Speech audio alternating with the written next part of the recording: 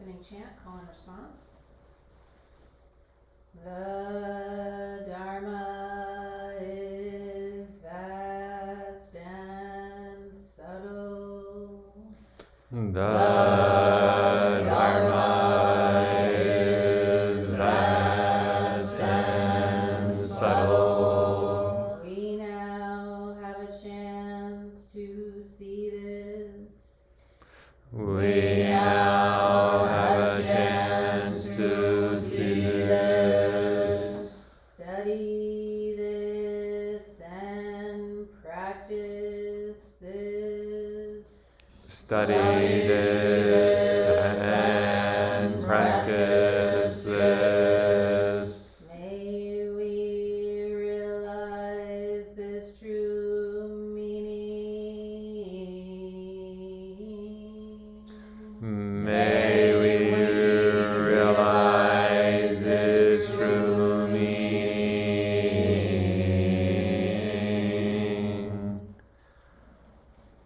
Okay. Welcome. This is we're blending two events here. We've just on the tail end of our Sesshin. We started Friday evening and we end this at noon today. And I just want to again extend that invitation to you to stay on if you'd like to until noon, if you have that time. If not, that's okay too. We're gonna. I'd like to look at this phrase that I've been practicing in Chinese. The Japanese words for it is Bun Toku Bu Kou. Bun Toku Bu Kou. Let me put these characters up on the whiteboard so you can take a look what they mean. Let's see. Bun is culture. Could mean culture, and toku is a very important word. I talked about this previously. It means virtue.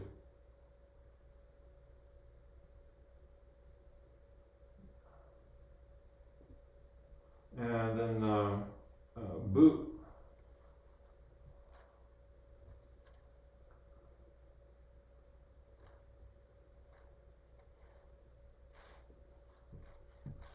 And ko. Ko meaning strength.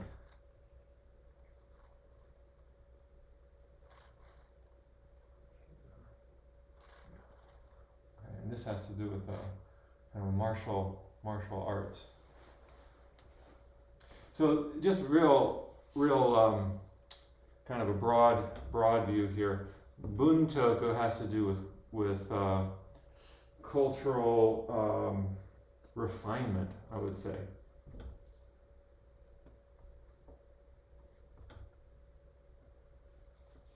And Buko has to do with martial skill or martial arts. So the ability to fight, but maybe in a sense of defending more. I don't know. That's how I'm interpreting it. Anyways, the ability to fight. They seem to maybe. Do they go together? Let's find out. How many of you do martial arts? Just two. Oh, sometimes. Okay. Yeah. I don't practice martial arts per se, but I've always been fascinated by martial arts. I'm a martial arts junkie. I think my first kind of formal introduction to it was through the Kung Fu series. You guys see that? As a little kid, we used to see Kung Fu and David Carradine. And I always thought that was really cool. I don't know why. There's just something about the first scene in that where they do the introduction, and you see the actor David Carradine playing. It's a young boy at this point, and he wants to get entrance into this martial arts academy. And what do they have him do in order to get in? Do you know? He's got to sit outside. He's got to sit outside of the temple and wait. And the scene shows him and a bunch of other kids waiting for one day, and then they come back. The next day, some of the kids have left. They're tired of waiting. Another day, it's raining, and they're still expected to wait out there. Another day, they're still waiting.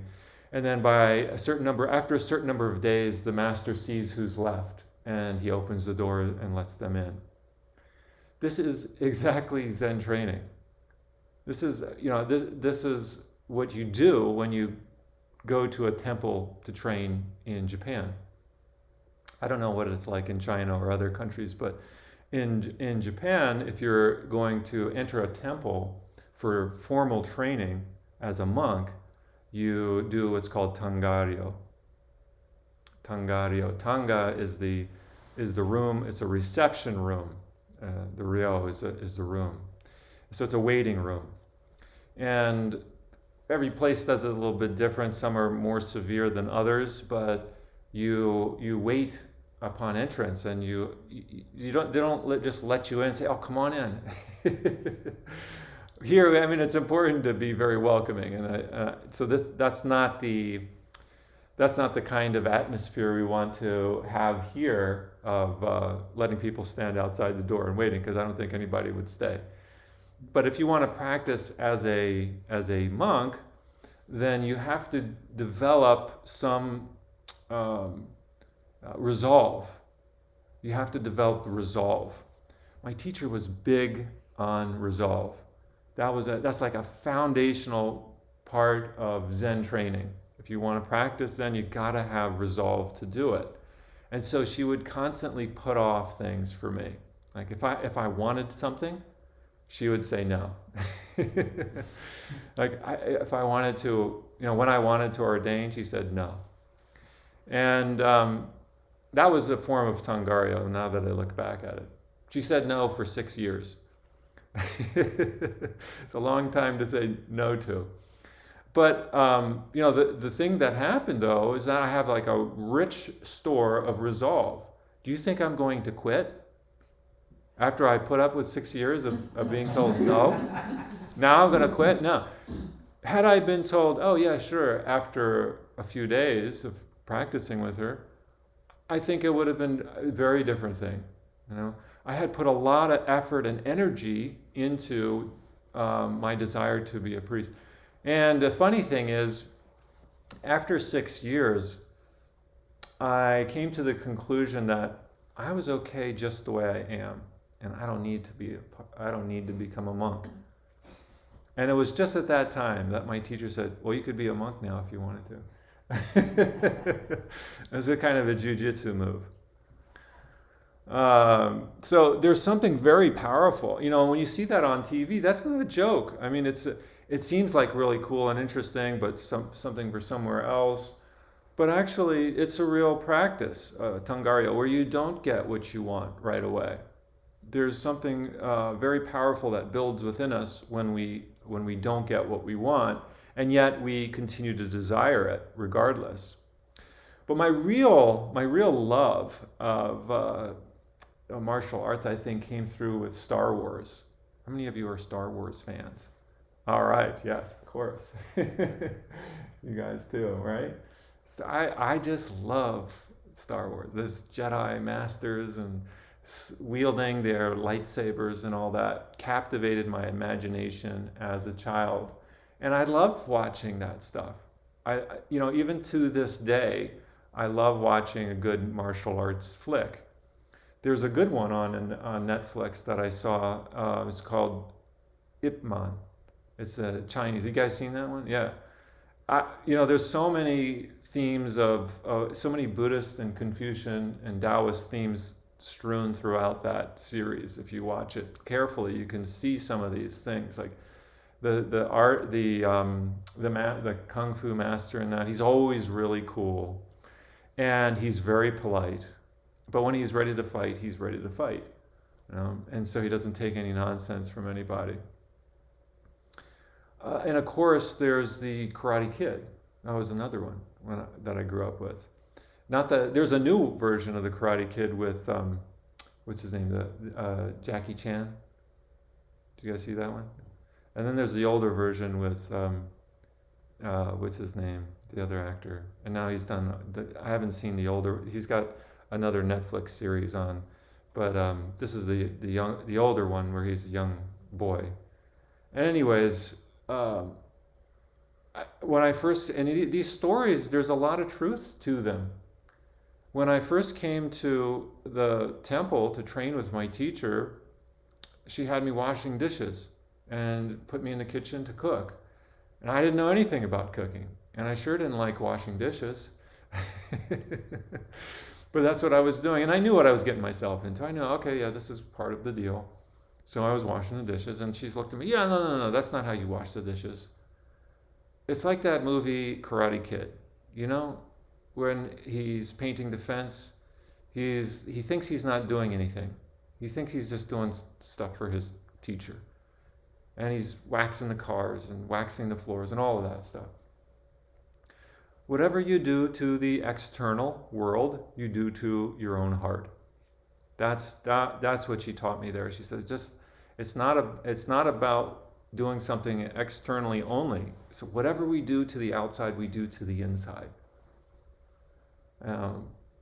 So that was and then I had a different perception on washing the dishes.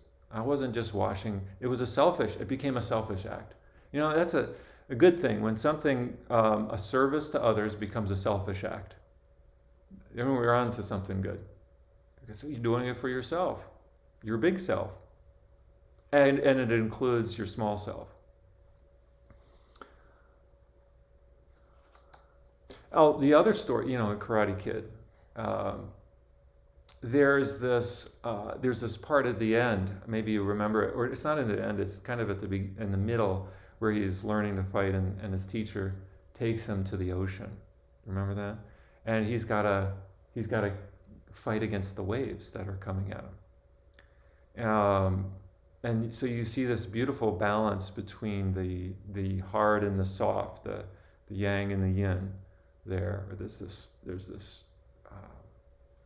this wave is just doing what the wave does, and then he's learning to develop himself with whatever wave comes at him. Now I want to tell you a couple of funny stories about my teacher and her teacher. This is Noda Daito Roshi. Noda Daito Roshi is he's a Japanese Zen teacher, and he has a temple in Takamatsu City, which is on the island of Shikoku. For those of you who are familiar with the Japanese archipelago, Shikoku is another island different from Honshu, where Tokyo is. In any case, he has a temple in the mountains there, and he has a pretty vast garden that he built. He built the temple from scratch himself. His father was not a temple priest, but he inherited land from his father, and he built, at least that's my understanding, and he built a full temple there. And it has a quite extensive garden. And when my teacher was training there, this was probably like, over 40 years ago now. So it's changed quite a bit since then, I'm sure. But when she was first there, he was just getting started. He didn't have all the buildings that a temple, like an official temple, would require. And she lived in a very small little hut that he made from soy sauce vats. But he had some farm animals that people would bring to him. Say if they didn't want a particular animal, they would give it to the Zen priest, and the Zen priest would take care of it. That was a kind of attitude there. And so I think there was this donation of this rooster that was a really cocky rooster. He'd just peck at your feet and stuff. And he was kind of a mean rooster to have around the temple, but he took him in. So one day, because his temple's in the mountains, there were wild dogs that live in the mountains up higher up the mountain. And one day, these dogs they came running down the mountain and they saw the rooster there. You know what they wanted to do with that rooster, right?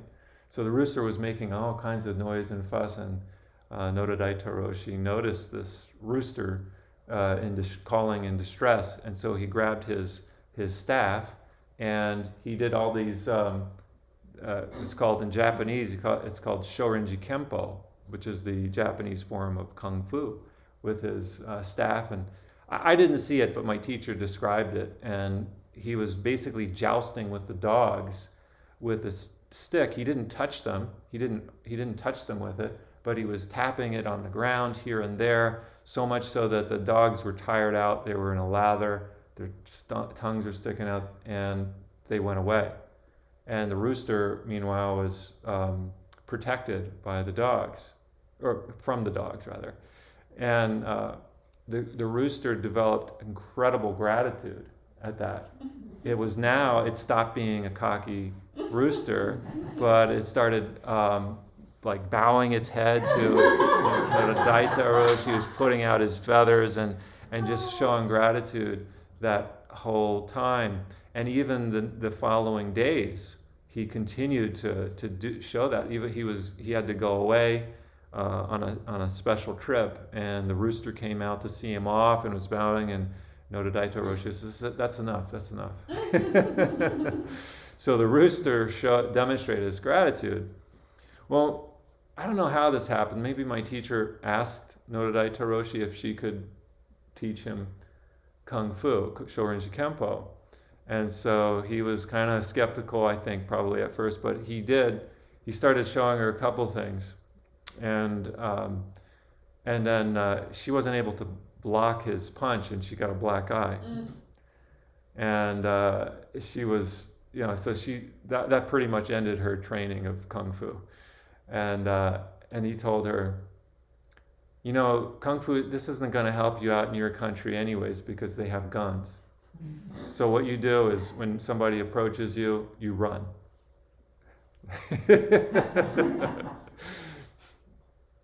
That was the end of her training. But all this goes to say that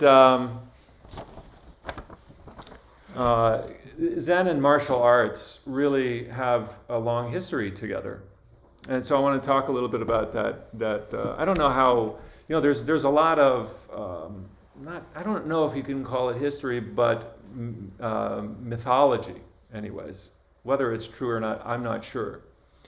But Shaolin Temple is the temple that is said to be the birthplace of martial arts as well as Zen. Bodhidharma, the Indian teacher who went from India to China, the first ancestor, is said to have resided at Shaolin Temple, or Shorinji. Shorinji is a Japanese word, and Shorinji Kempo is the Japanese word for Kung Fu. Shorinji Kempo. Kem is Kung Po Fu. Emperor Wu is the person that Bodhidharma has this interesting dialogue with. One of the first koan, the second koan in the Book of Serenity, is between Bodhidharma and Emperor Wu. And Emperor Wu, interestingly, he's an example of this Bun Toku Bu Kou, this double-edged sword, so to speak, where he develops Buddhist culture. He creates all of these temples throughout China. He builds all these temples. He encourages the monastic order. But he also was a successful general. So he knew how to fight. And so it's interesting to me that as I study other world religions, do you know that none of them spread without some balance between cultural refinement, the desire for cultural refinement on the one hand, and martial prowess on the other. So if you think about Islam. Islam, the head, the Prophet Muhammad, he was a spiritual leader. He tamed not only his own mind, but the minds of the people around him to be more peaceful. That's what Islam means. Islam means salam. The word salam means peace. And Islam takes that word from that word peace. And at the same time, he was a political leader. And within his lifetime, he managed to convert the entire Arabian Peninsula to Islam and actually pacified, made the whole Arabian Peninsula more pacifist. Prior to his time, or during his lifetime, there are all of these warring tribes in the Saudi Arabian Peninsula, and he managed to unite them within his short lifetime. If we look at Christianity doesn't really actually take off for the first several centuries. Jesus was in many ways a complete failure. He dies, he's not interested in politics, right? What happens though around the 4th century is the emperor Constantine embraces Christianity.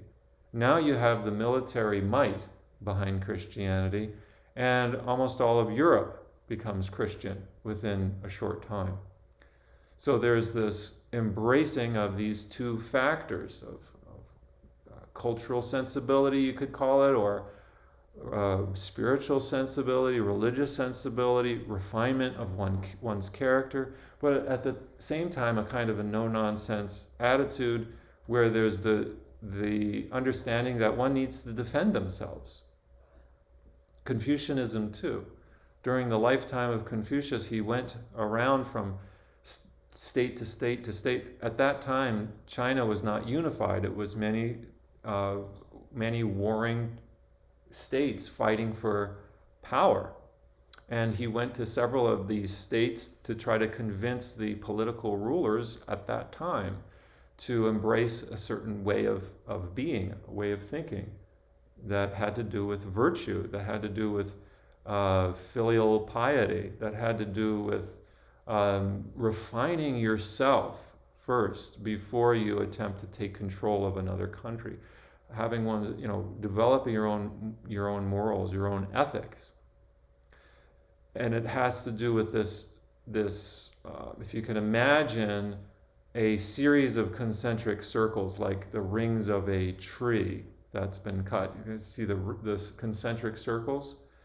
And the image is that at the center lies the individual, and then the family unit, and then the social unit, the government, and then the natural world. And so if you want to have a real effect on anything in the government, you've got to start with yourself. You've got to refine yourself. That's the only way. You can't just start where you are and become a political leader and have success if you don't know who you are, if you haven't refined your own heart, if you haven't committed yourself to learning. I was listening to a podcast that featured Arnold Schwarzenegger in it on the way up here. And I don't know, I have a lot of respect for him now that not just because of all of his achievements over time, but just also the way he sees himself in his life. Have you seen some of this stuff that's been put out on Netflix and stuff? It's really good. You see this incredible character that's developing over his lifetime. From a bodybuilder, he's working on himself. He's working on himself through bodybuilding. He doesn't have any encouragement from his family. His parents think that he was crazy and that he should be doing something. They were concerned about him. And then he shifts, he develops himself so much that he becomes Mr. Olympic, whatever, Mr. Olympia. But then that's not enough. He wants to go into acting. And so again, his first movies, he did this movie called Hercules, and it was a big bomb. And then, but eventually he started getting better movies, and the Terminator, that wasn't the first one. They weren't expecting it to be that big, but it turned out to be really big. And of course, he broadened out. He did a lot of comedy movies and things. And then he gets into politics, right? Becomes the mayor of Sacramento, I think it was. Is that right? So in all of these things, he shows how it's because he worked on himself. He developed himself that he had a lot of influence even in the government. I think that's a perfect example of this. He worked on himself. He refined himself in many, many different ways. And as a consequence of that, he had a lot of influence in Washington, D.C. And he mentions the thing of bringing Republicans and Democrats together, even though he's a Republican. So I just find that really, really fascinating. But it's a good example for us to start with ourselves. And if we want to have some success, if we want to see some real change in the world, we've got to start with ourselves. And we can look at the Buddha too. Guess what class of social class the Buddha was born into? Warrior. He was a warrior. The Buddha was a warrior. He was a martial artist. He knew how to fight. He knew how to wield a sword, a bow, an arrow. Right? He was a fighter. Again, it points to this statement up here, Bun Toku Bu Kou. If we move ahead to Japan, the spread of Buddhism in Japan is thanks to a political leader, Prince Shotoku, in the 8th century, somewhere around there, 7th, 8th century, he ruled.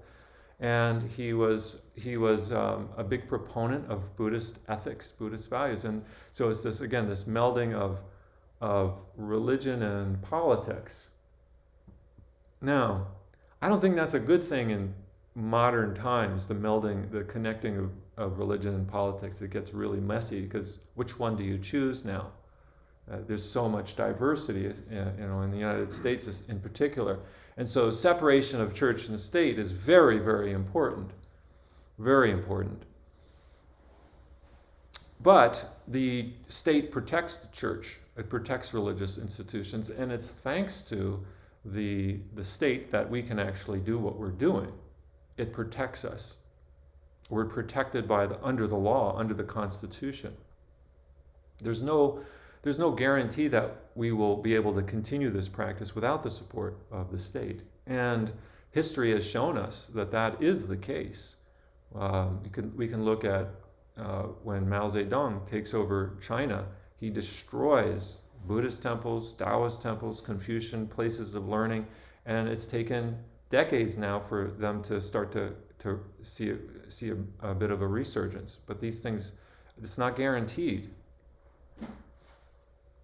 And in Myanmar, where I was just reading a book about this, it's called The Kings of Buddhism, and the author is very critical of the government in Myanmar because it is so much in control of Buddhism. It's a Buddhist country, and the state protects Buddhism to the neglect of every other religious institution that's there. So Christianity, Islam, they're actually, what's the word I'm looking for?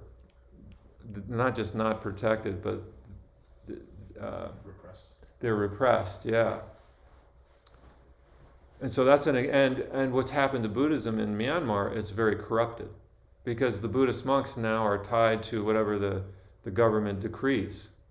The government wants something to happen, they tell the monks, okay, this is what you got to do, even if it's against Buddhism. And so you have monks that foul-mouth certain populations like the Rohingya people, and it has terrible consequences. Okay, so but that's on the wider level. That's on the government level. we can, Zen practice though, it infiltrates our very life. So on the local level, how does this play out? How does this saying Bun Toku Bu Kou play out? So I want to give you a few examples here. My teacher's first Zen teacher was a man named Omori Sogen Roshi. He's since passed away, but he was a Rinzai Zen master, and he was an adept. He was adept at kendo, at swordsmanship. And I remember seeing a video of him doing a kata. You know what a kata is?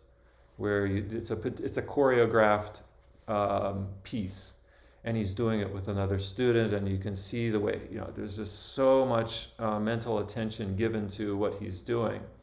And my teacher said that about him, that when you looked at his eyes when he was doing these kata, there was nowhere that he wasn't present. Like he was able to, he had those eyes, they weren't focused on one thing.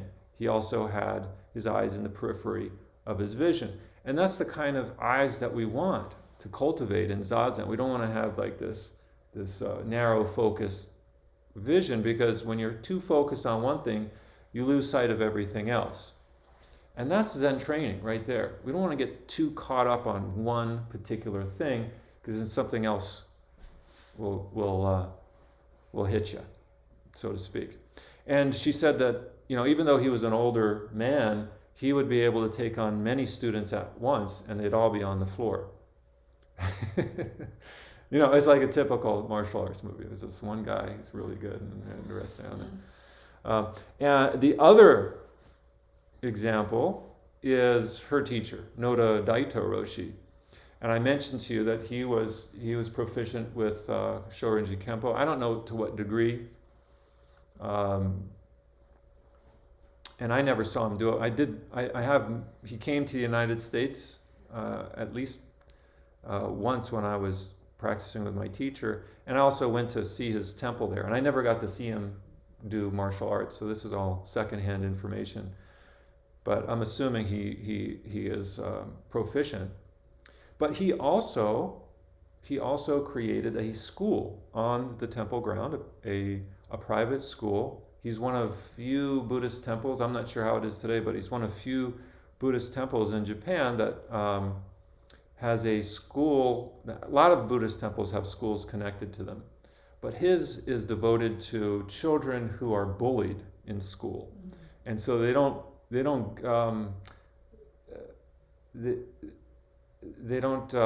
fit in the public schools because of that. And so they get sent to his school. And what does he do? He teaches them how to fight. Right? He teaches them how to fall down and get back up. That's a Zen saying. Fall down 7 times, get up 8. Right? Don't get discouraged when you get toppled over. This is a martial arts teaching. This is a Zen teaching as well. Don't get discouraged when you meet adversity, when you fall down. Just get up again.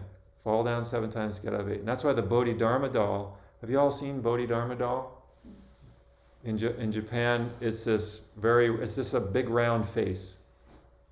And if you push it down, it always comes back. It's like one of those weeble wobbles. You push it down, it comes back up. That's our practice. We're gonna get pushed down. Right? If it's not in here, it's gonna be out in the world where it's less safe. You're gonna get pushed down. You keep righting yourself. Keep coming back. And I think, even if you're not into martial arts, I like to expand this sense of Bun Toku Bu Kou into something that I think we can probably, more of us can relate to in our country, and that is the intersection of athletics and academics. Right? Academics is meant, I think, in its best way to develop our mind, and also to develop our heart. Academics at its best should be a way of developing kind of ethics, sense of value, sense of knowing what's important. a sense of being able to think critically. This is real academics. But also, you've got to pair that with physical strength training.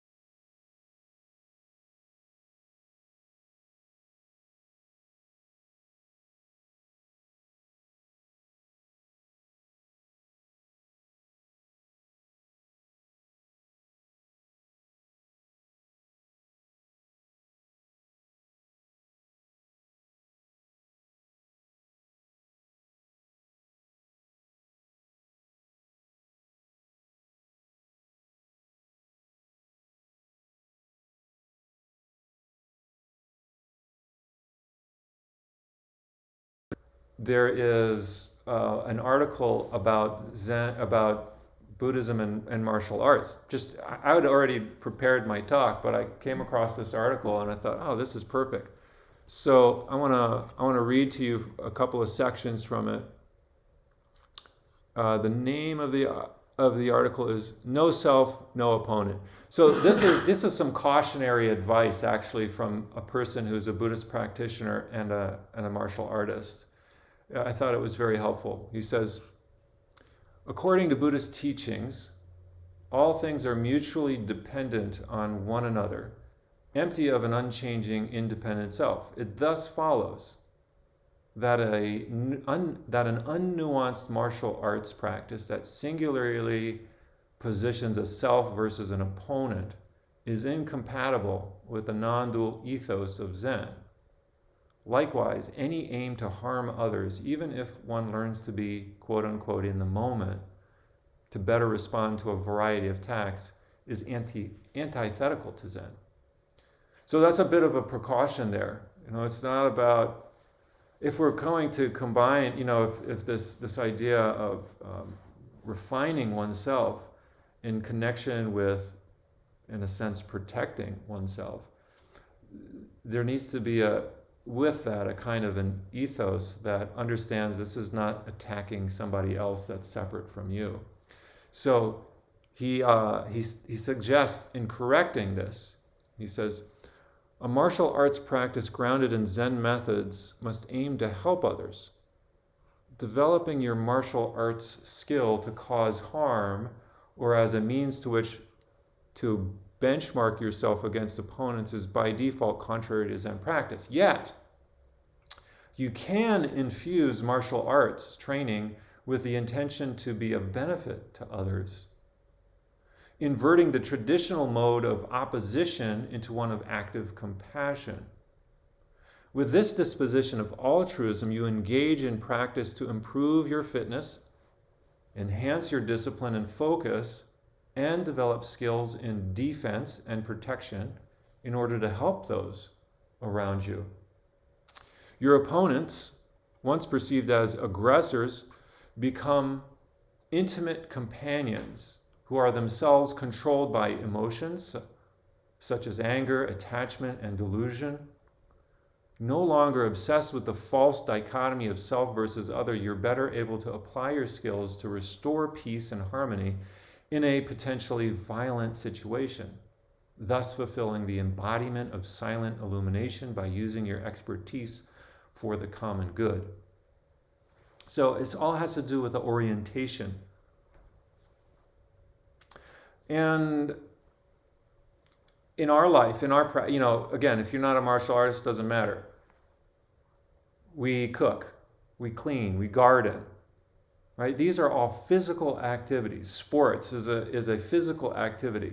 And I would suggest one way to think about these activities, these physical, yesterday we spent a good hour cleaning this place from top to bottom, dusting, sweeping, vacuuming, wiping things down. And of course, in the kitchen, you're chopping vegetables, you're using your arms, you're using your muscles. One way we can think about these activities, these physical activities that we all have to do all of the time, is as a means of protecting our own mental and physical health and well-being. When we engage with our whole body in activities, It's a kind of a self-protection, just as martial arts would be a self-protection. And so this phrase here, Bun Toku Bu Kou, is, I think it's about balancing the intellectual, the cultural refinement, these pursuits, the spiritual element with the physical demands of life. And when we have our life in balance between these two forces, then we're going to meet with success at whatever it is that we go out to do. Thank you.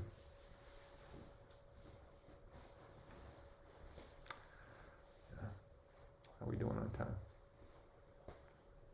11:25. Okay. Any initial or brief questions? We could also sit, and then at noon when we're done, we could also use that opportunity to ask questions too. But maybe before we go here, feel free to unmute yourself. Mm-hmm. Yeah. Thanks for the talk. That was really good. Can you talk more about the big self and the small self? I don't know if I've heard that. All right. Yeah, the big self and the small self. So that's that's another way, a kind of image for ourselves in relation to the world. Our small self is this physical body that ends at the skin, but the big self doesn't end at the skin. The big self is all of us, all beings together. The entire universe is the big self.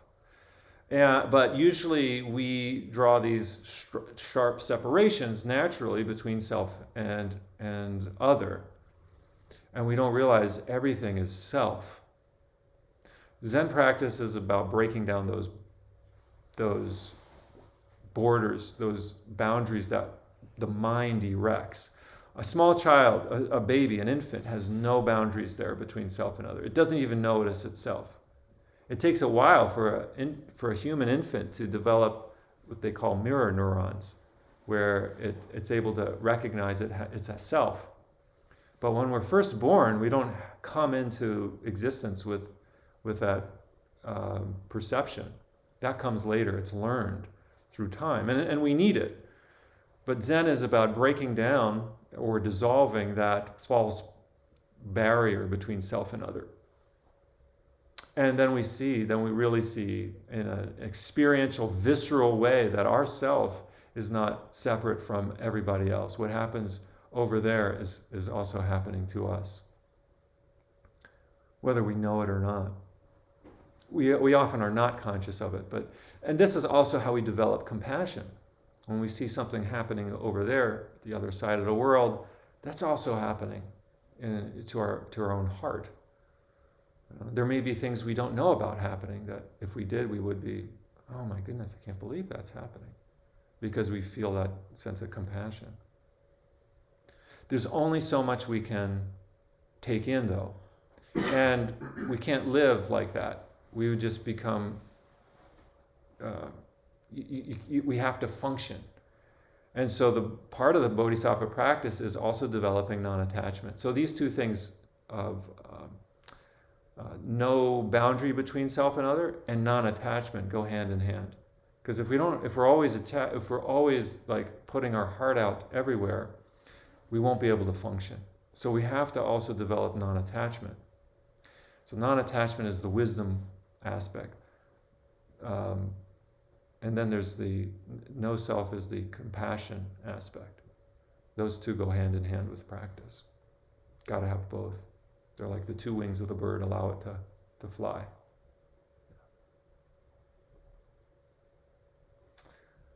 All right. Shall we commence with meditation? Finish out our session. Thank you. Thank you, guys. Thanks online. It's good to practice with you all. Thanks for being with us. And thank you all here at Nebraska Zen Center. It's been such a pleasure. Let's keep practicing, keep working. Do you want to do a closing chant? Let's do it. Let's do it. Closing chant, call and response. The many beings are numberless.